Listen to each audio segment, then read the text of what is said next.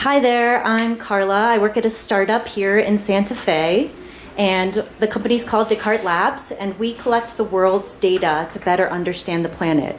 And spoiler alert, that will include a lot of satellite imagery. In 1962, NASA captured the first clear image of the planet Earth that we had seen to date.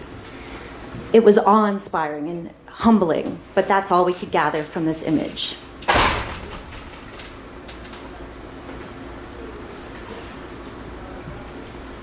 In 1972, NASA launched the foundational Earth observation mission, Landsat. We had images streaming down from satellites the size of VW buses on a daily or weekly basis. But the satellites are expensive, and the data is infrequent. Today, we're experiencing an explosion of modalities that image the Earth, including high-resolution imagery coming off of airplanes, and satellite sensors that can penetrate smoke and fire. In the future, the proliferation of small and less expensive satellites will advance our ability to monitor the Earth in real time. These satellites will move us from updates of images every few weeks or days to every few hours or minutes. And the market reflects this. Investment in this industry is expected to grow greatly over the next decade. That will include funding for companies like ours, but also work towards nonprofit work like monitoring deforestation or government projects that span public safety and defense. What that's put us in now is a position that's very unique to monitor the Earth in real time, essentially building a digital twin of planet Earth. And we can ask questions of that planet and get back answers and predict behaviors. So what's required to be able to deal with all of this data? The technology behind that requires really intelligent modeling software. Software that can grow and learn without human interaction. That's artificial intelligence. And of course, we need the processing capacity to bring that data from its inception all the way through the analysis. And I began talking a lot about satellite imagery, but this is really part of a bigger revolution. Our cars and connected devices are now streaming data, as well as other sensors on the Earth's surface, including weather sensors and the public transportation that we ride. The sheer volume and variety of sensors taking Earth observations now is staggering.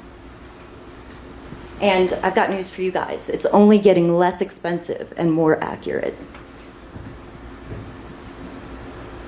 To underscore that point, a Forbes study predicts that the average connected person touches a connected device 4,800 times in a day anywhere in the world. Each of one of those interactions being a unique data point.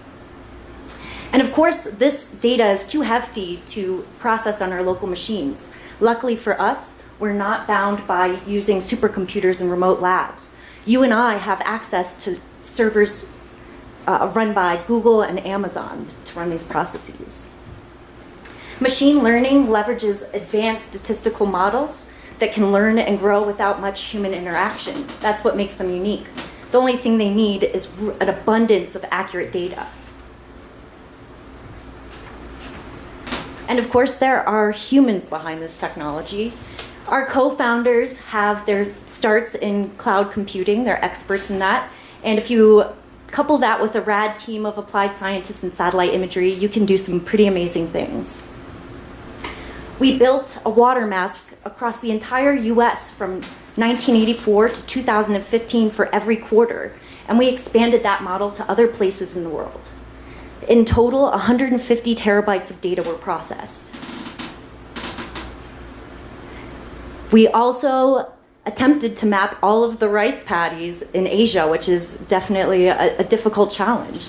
My favorite part of this study is that the sensor actually penetrates the clouds, and that's something you can imagine is important in rice-growing regions that are quite stormy. We also have an ongoing project to monitor the distribution of water and food in cities across the world. That will help inform decision makers and alert them of at-risk populations. Another proposed study would use satellite imagery captured at nighttime to display where there is light.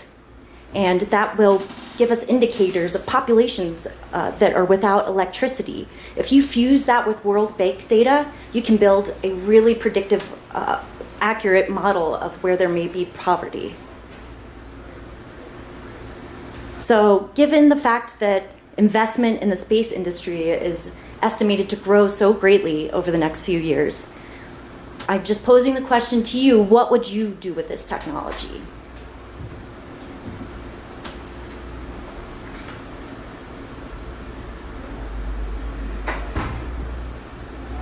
Because at the end of the day, it is a really powerful thing to have a digital twin of the planet Earth, and it can reveal a lot of answers, but it takes a human to ask the questions. Thank you very much, and if you're interested in learning more about the platform, I have some cards, so you can come up and ask me.